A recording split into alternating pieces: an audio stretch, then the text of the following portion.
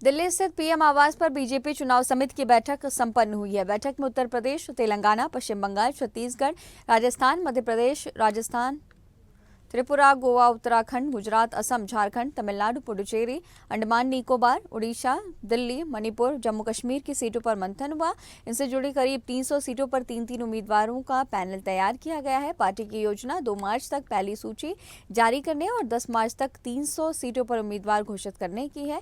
PM की अगुवाई में हुई मैराथन बैठक के बाद पार्टी मुख्यालय में देर रात सीईसी की बैठक शुरू हुई। सूत्रों का ये कहना है कि लोकसभा चुनाव की अधिसूचना जारी होने से पहले ही संभवतः शुक्रवार या शनिवार को 100 से अधिक उम्मीदवारों की पहली सूची और 10 मार्च तक करीब 250 सीटों पर उम्मीदवार घोषित कर दिए जाएंगे। पीएम आवास पर हुई बैठक में गृह मंत्री अमित शाह, पार्टी अध्यक्ष जेपी नड्डा, रक्षा मंत्री राजनाथ सिंह सहित कई राज्यों के सीएम और डिप्टी सीएम मौजूद थे। बैठक में उत्तर प्रदेश, तेलंगाना, पश्चिम बंगाल, छत्तीसगढ़, राजस्थान, मध्य प्रदेश, राजस्थान।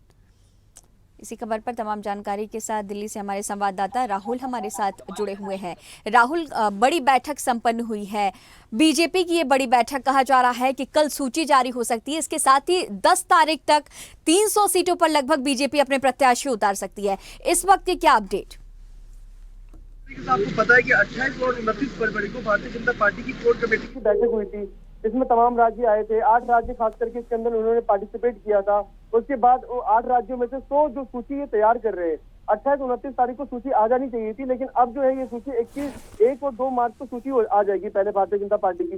ये जो 8 राज्यों की कोर कमेटी की बैठक हुई थी, उसकी जो 100 सूची है वो हमारे पास 1 या 2 मार्च तक पहुंच जाएगा। लेकिन उसके बाद कल प्रधानमंत्री आवास पर 6 घंटे की मैराथन बैठक चली, जिसके अंदर तमाम 21 राज्य के मुख्यमंत्री, डिप्टी सीएम और जितने भी पदाधिकारी थे भारतीय जनता पार्टी के, वो शामिल हुए।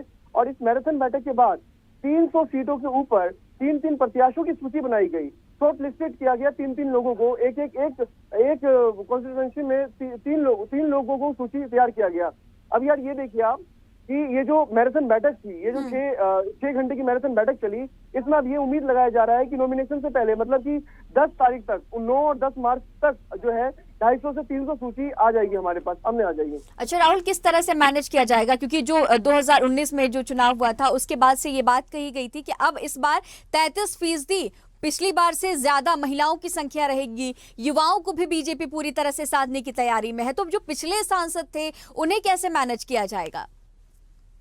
ये है कि नए उम्मीदवारों के नाम ज्यादा आएगी और 300 सूची बनाई गई है, जिसके उसके अंदर महिलाएं ज्यादा है। इस बार ये भी कयास लगाया जा रहा है कि दिल्ली से लोकसभा चुनाव में सुषमा स्वराज की जो बेटी है उनको भी टिकट दिया जा सकता है। ये भी कयास लगाए जा रहे हैं। तो इस बार जो है नए चेहरे, भारतीय जनता पार्टी नए चेहरे तो निकालेगी। लेकिन ये जो मैराथन बैठक हुई थी कल, ये जो 6 घंटे की मैराथन बैठक चलती है, देखिए बहुत अहम है, क्योंकि 21 राज्य के मुख्यमंत्री, उप मुख्यमंत्री सहित तमाम, जेपी नड्डा, अमित शाह गृह मंत्री और प्रधानमंत्री खुद स्वयं इस चीज को, इस बैठक में मौजूद थे। और इसके अंदर जो है खास करके कयास लगाया जा रहा है कि जो पहली सूची है 100, उसके अंदर नए चेहरे, जो पुराने चेहरे थे उनको थोड़ा हटा करके जो कुछ नए चेहरे को भी उम्मीदवारी दे दिया जा सकता है भारतीय जनता पार्टी की तरफ से। और जो ये 300 चेहरे, ये जो 300 लिस्ट है, ये 9 या 10 मार्च तक सामने आ जाएंगे सभी के सामने। और इसके अंदर ये उम्मीद लगाया जा रहा है कि ये नए चेहरे, इस बार भारतीय जनता पार्टी बहुत सारे नए चेहरे, नए उम्मीदवारों को जो है उतारने वाली है। और दल बदल भी हमने देखा कि तमाम जो बड़े नेता हैं वो दूसरी पार्टियों से बीजेपी में शामिल भी हुए हैं, तो उन्हें भी टिकट मिलने की पूरी उम्मीद होगी। जी। देखिए भारतीय जनता पार्टी में कयास लगाया जा सकता है, लेकिन देखिए जैसे मुख्यमंत्री को लेकर के आप बात कर लें कि पहले जब तमाम राज्यों में चुनाव हुए थे, उसके बाद मुख्यमंत्री जब जो देख रहे थे, जो मुख्यमंत्री जो मीडिया में आ रहा था, लेकिन वो ऐसा हुआ नहीं कुछ भी। तो कयास लगाए जा सकते हैं कि जो दल बदल करके गए हैं, जैसे आरएलडी भी एक एनडीए का गठबंधन रही है।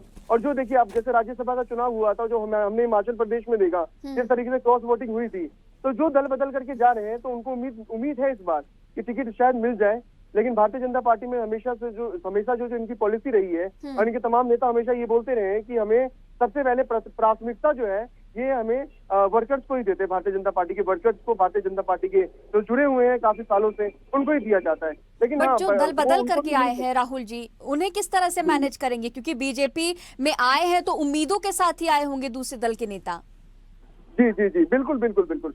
एनडीए का गठबंधन जो बने हैं, तमाम दल जो बनी है एनडीए का गठबंधन, वो भी उम्मीदों के साथ आए हैं कि सीट शेयरिंग में कहीं फॉर्मूला जो है बैठ जाए। अब जैसे बिहार की आप बात कर लीजिए, बिहार में जेडीयू और जो एनडीए की हिस्सा है जेडीयू, और जेडीयू भी कहीं ना कहीं रामविलास पासवान ले लीजिए सभी ऐसे नेता हैं जो कभी ना कभी ये सीट शेयरिंग का फॉर्मूला लेकर के कयास बना रहे हैं कि कैसे भी करके जो है सीट शेयरिंग में फॉर्मूला में इनकी भी बातें हो जाए, इनको भी सीट मिल जाए।